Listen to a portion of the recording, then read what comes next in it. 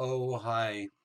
I'm going to show you a little story about how I almost died in a little airplane crash, a Cessna 192 back 30, no, 40 years ago, 1984, okay? And so here's my Google Earth, and oh, I was checking out Happy Jack Lodge and RV Park near Wingfield, Arizona. That was something I was checking out the other day. So, all right. So here we are. It's 1984. My friend Bill and I are talking about what adventures we can do. And Bill mentions that his friend Jack is getting his pilot's license. So we want to get Jack to take us flying. But turns out Jack only had a solo license. He couldn't carry passengers. So a solo license means you can fly the plane by yourself without anyone else, all by yourself, which is really cool. That's a really amazing phase of learning flying. Or you can fly with your instructor, but you cannot carry passengers with a solo license, and it's probably because you'll be really distracted. Though you have to take into calculations based on the weight of who you're bringing.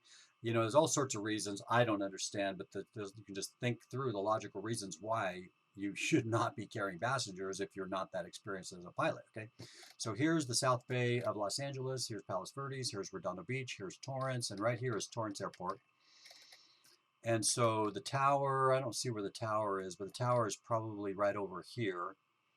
So Bill talked to Jack, and Jack said, yeah, he'd take us flying, but he said we'd have to sneak on the plane. And how do you sneak on a plane? Because when Jack goes to rent the plane, you can't have two passengers climbing in the plane when the plane rental company knows you're solo. Nobody's supposed to be in there, so you can't rent it there. And once you've rented it, if you move the plane somewhere else, you can't have the tower. You can't have the tower in sight where the tower sees people climbing in because the tower knows you're a solo pilot. You're not supposed to be carrying passengers. So the tower. So what we did was, let me just turn this little thing on. So here's okay. So I don't know where the rental place was, but Jack, taxied it down past the tower, over here, over like somewhere over here where the tower couldn't see us getting in the plane. So me and Bill were hanging out behind some hangars over here. And then once we got in, he went over and got permission to take off, and we took off down the runway, and we flew. It was really cool. We flew, well, it was not cool. We were really stupid for doing it. I think we flew over the ocean a little bit, and we were thinking about flying over to Catalina and landing at Catalina, but Jack wasn't too confident about flying over to Catalina, which was over here, and then, land, because that airport runway at the airport on Catalina is a little precarious. So, but what we did is we were going to go land at Compton Airport, and Compton Airport, I don't know where it is. I guess it's right there. Yeah, there it is. So there's Compton Airport. So what happened was that Jack was coming in from the west, got approval to land, and so he'd be coming in like this, coming in, and the problem was on our first attempt to land, he was like too high. Because he's a new pilot, he doesn't know how to gauge the height when he's coming to the runway. So he was way down, halfway down the runway. We were still, 50 feet off the ground. So he had to radio to the tower, and the tower knew he was a solo pilot in training. And he radioed to the tower that he wanted permission to pass and go around. So they gave him permission, of course, and so he passed and went around like this, came back around like this or whatever, and came back and was making a new approach. And the new approach was a little bit better, but not much. And we got to like this part on the runway, we were 50 feet down. And so by the time he touched down, we'd be halfway down the runway.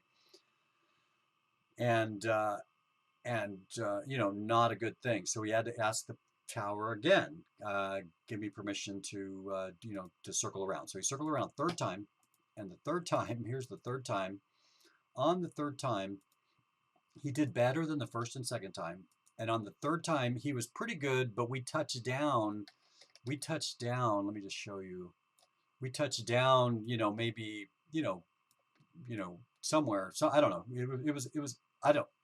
Well, we touched down at some spot that was a place we could touch down, but we were going, I think we were going too fast, 100 miles an hour. We weren't going like 70 or 80 miles an hour. I don't know why.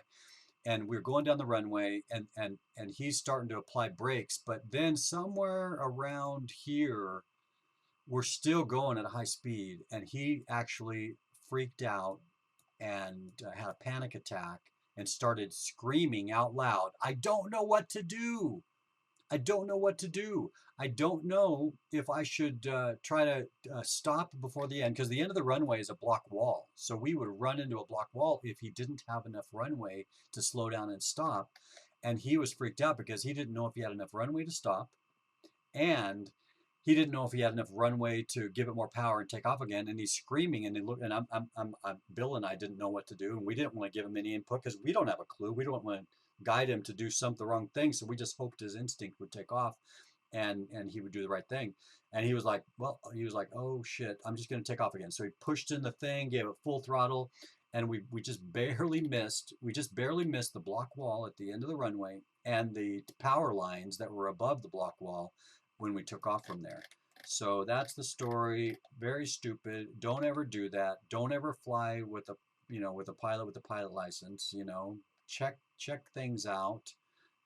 Figure things out, and don't take risks with your life just because you're 1984. I was 20 years old. Just because me and Bill had tons of testosterone, we would just do crazy, stupid, reckless things. But anyway, I thought you'd find that story interesting. Stay tuned for more stories.